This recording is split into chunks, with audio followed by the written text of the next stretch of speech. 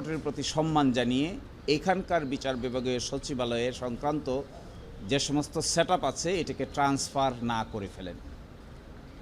এই expectation open কোর্টে attorney জেনারেলকে পোডিয়ামে রেখে করেছেন। অ্যাটর্নি জেনারেল বলেছেন কোর্টের এই এক্সপেকটেশন তিনি শুনেছেন এবং তিনি এটি কনভে করবেন।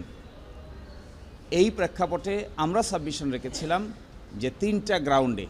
1 নম্বর গ্রাউন্ড ছিল যে জুডিশিয়াল ইমপারমিসিবল লেজিসলেটিভ ওভাররাইট, অর্থাৎ যেটি পার্লামেন্ট করেছে এই করাটুকু বাংলাদেশের সংবিধানের আলোকে একটি জাজমেন্ট থাকা অবস্থায় করতে পারে কি না।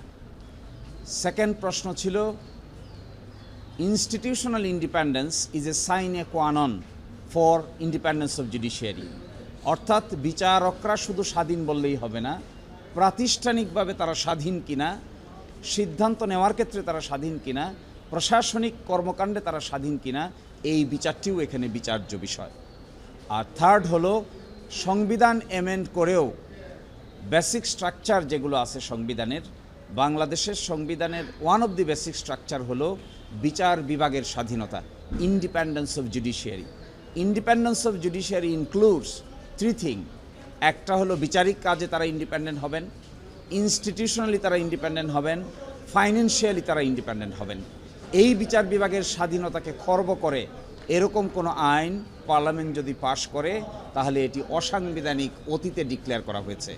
শুধু আইন না, সংবিধান সংশোধন করে যে সমস্ত সংশোধনী এনেছিলেন সেগুলোকেও আমাদের উচ্চ আদালত অসাংবিধানিক ডিক্লেয়ার করে দিয়েছে। সব কিছুর প্রেক্ষাপটে এই মামলাটি লিস্টে থাকবে। সরকার পক্ষ বলছে, রাষ্ট্রপক্ষ বলেছেন তারা আপিল দায়ের করবেন, প্রেফারেবলি আগামীকালকের মধ্যেই আপিল দায়ের করবেন। আর তৃতীয়ত হলো আদালতের এক্সপেকটেশন যে ইন দ্য মিন টাইম এখানকার যে সমস্ত এস্টাবলিশমেন্ট আছে এগুলোকে যেন বিচার বিভাগের সুপ্রিম কোর্টের প্রতি সম্মান জানিয়ে সরিয়ে ফেলা না হয়। লার্নেড অ্যাটর্নি জেনারেল বলেছেন তিনি আদালতের এক্সপেকটেশন শুনেছেন এবং তিনি এই মেসেজটি কনভে করবেন। এর মাধ্যমেই আজকের এই শুনানি শেষ হয়েছে। এই জন্য আসতেছে কারণ যে আইনটি পাশ করেছেন এই আইনে স্পেসিফিক্যালি বলে দিয়েছেন যে এখানকার অর্গান, এখানকার বাজেট, এখানকার স্টাফ, এখানকার সবাইকেই আইন শাখা, আইন মন্ত্রণালয়ের আইন ও বিচার শাখার উপর ন্যস্ত করা হবে। এবং একইভাবে এই আইন দিয়ে সুপ্রিম কোর্ট সচিবালয়কে বিলুপ্ত করে দেওয়া হয়েছে। যেহেতু বিলুপ্ত করে দেওয়া হয়েছে সুতরাং এই আইন অনুযায়ী এগুলো চলে যাওয়ার কথা হলো আইন ও বিচার বিভাগের কাছে।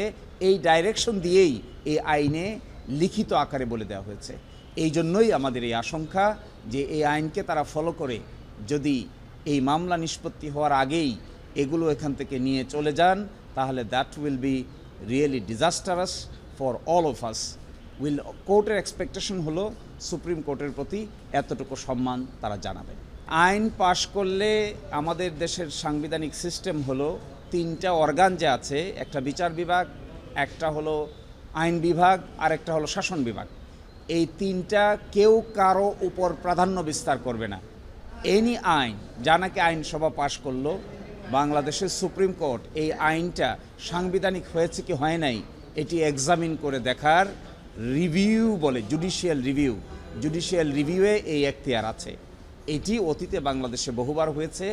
এই জন্যই পার্লামেন্টে যা কিছু ইচ্ছা তাই পাশ করা যায় না। বাংলাদেশের সংবিধান অনুযায়ী যা পাশ করা হয়, আইনই হোক সংশোধনী হোক, বিচার বিভাগ সংবিধানের গার্জিয়ান হিসেবে এটা সাংবিধানিক হয়েছে কি হয় নাই এটা এক্সামিন করার সাংবিধানিক দায়িত্ব আছে।